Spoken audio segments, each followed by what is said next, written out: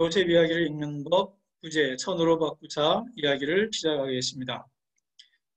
여러분, 우리 창세기에서 요셉 이야기는요, 다니엘 인물로서 아브라함, 이삭, 야곱과 비교해서 가장 긴 분량이고 일관된 스토리입니다. 근데 이 이야기의 특징은 앞의 이야기들과 달리 초자연적 기적이나 계시가 없어요.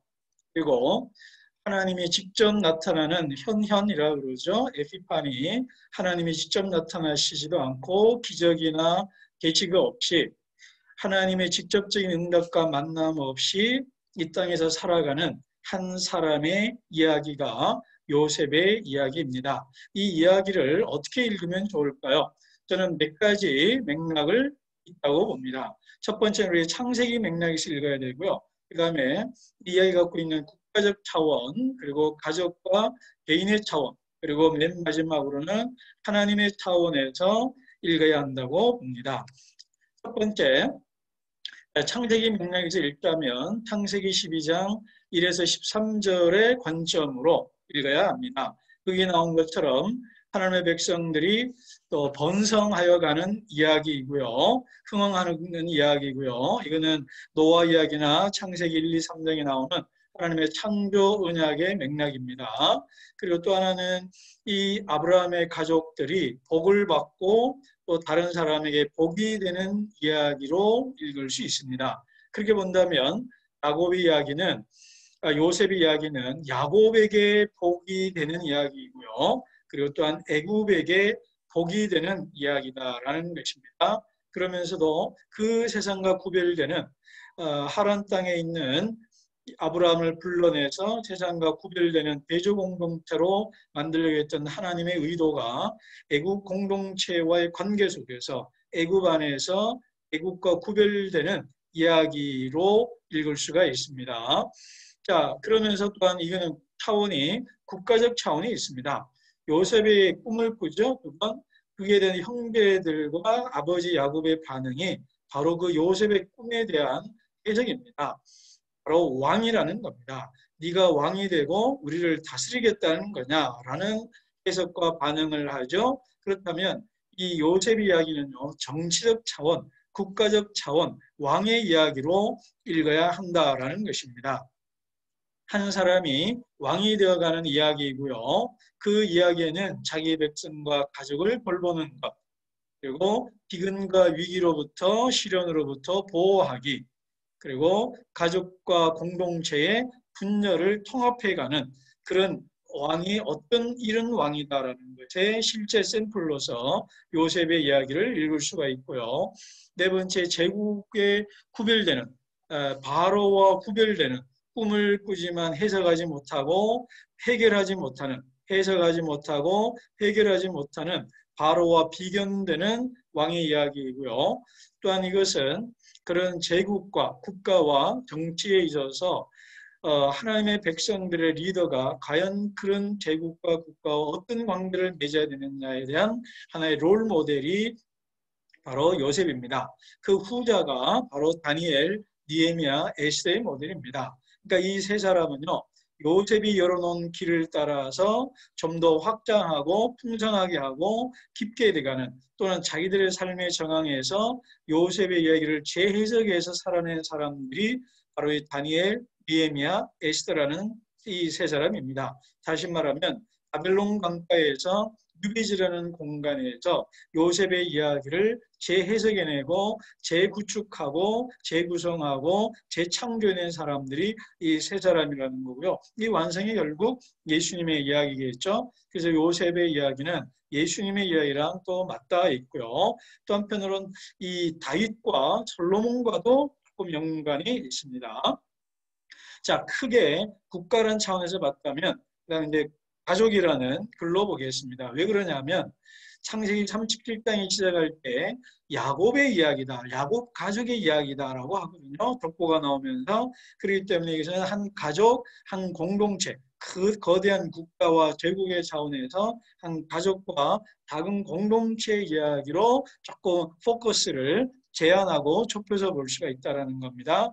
그럴 때 이 가족은요, 한마디로 창조투성이 가족입니다. 야곱의 편애, 어머니의 부재, 요셉의 야망, 형제의 시기가 맞물려서 이 가족의 이야기가 전개되어 가거든요. 그렇다면 이 문제투성이 가족이 어떻게 화해하고 용서와 화목에 이르는가라는 가족 분열과 가족의 화합의 이야기가, 화목의 이야기가 바로 이 요셉의 스토리라는 것입니다. 그러기 위해서 요셉의 역할과 키워드가 가장 중요하죠. 요셉이 가장 중요한 역할을 합니다. 이 문제 많은 가족을 요셉이라는 한 인물이 어떻게 해결해 나가는가, 긴장을 해소해 나가는가라는 것이 가족적 차원입니다. 그러니까 정치, 국가적 차원, 한 공동체 차원, 개인의 차원이 있겠죠. 요셉의 중심으로 온다면 꿈 많은 소년의 성장기, 성장 스토리가 요셉 이야기입니다. 그러면서도 외적인 성공과 함께 내적인 성숙이 온전히 통합되어 가는 이야기입니다. 일반적으로 외적인 성공을 하면서도 내면이 붕괴되는 그 리더들의 이야기가 많이 있죠. 그러나 요셉은 다릅니다. 그런 면에서 다윗의 이야기랑 연결해서 또 읽을 수가 있습니다. 다윗이나 요셉은 외적 성공과 내적 성숙이 온전히 통합된 사람들의 이야기입니다. 가끔 실패하기도 하죠. 요셉은 초기에 실패했고 이후에 완성되어 간다면, 다윗은 초기에도 좀 완성되어 있는데 중간에 바세바를 범하는 사건과 또 아들들과의 관계에 있어서 삐걱거리고 어긋났다가 다시 통합되어가는 그런 약간의 차별성, 변별성은 있습니다만은 그래도 외적 성공과 내적 성숙이 온전히 통합된 이야기라는 점에서는 연속성이 있다, 연결된다라는 겁니다. 그래서 한 개의 성장기자 군주의 모델이라는 점에서 이야기와 같다. 자, 그렇지만 우리가 이것을 너무 인간적인, 평면적인 또 이 평면적 차원에서 수평적 차원에서만 읽을 수는 없습니다. 성경은 뭐니 해도 결국 하나님의 이야기거든요. 하나님의 관점과 하나님의 차원에서 읽어야 합니다. 그렇다면 하나님의 섭리에 관한 이야기입니다. 앞서 말했던 것처럼 직접 나타나지 않으면서도 모든 이야기를 이끌어 가시고 이야기를 완성해 가시는 분, 그것이 뭐냐면 창세기 50장 20절 요셉의 고백에서 나옵니다. 하나님께서 내가 어떻게 하나님을 대신하겠습니까? 그리고 하나님께서 형들이 나를 해치려는 것을, 그 악을 선으로 바꾸셨다 그럽니다. 그렇기 때문에 이 전체 이야기는 어떻게 죄가 의롭게 되느냐 이 말이에요. 죄인이 의롭게 되느냐, 그 다음 인간이 행한 악이 하나님께서 어떻게 선으로 바꾸어 가시느냐라는 하나님의 섭리의 차원으로 우리가 읽을 수가 있다는 겁니다. 그렇기 때문에 아브라함을 읽는 키워드가 믿음이죠. 야곱을 읽는 키워드가 욕망입니다. 제가 쓴 내 안의 야곱 DNA는 바로 야곱의 이중적 욕망이라는 키워드로 야곱의 이야기를 읽어보았고요. 이번에 요셉은요, 용서입니다. 악을 선으로 바꾸는, 그것이 복이 되고 또 용서와 그래서 구원에 이르는, 샬롬에 이르는 그런 이야기가 바로 요셉의 이야기입니다.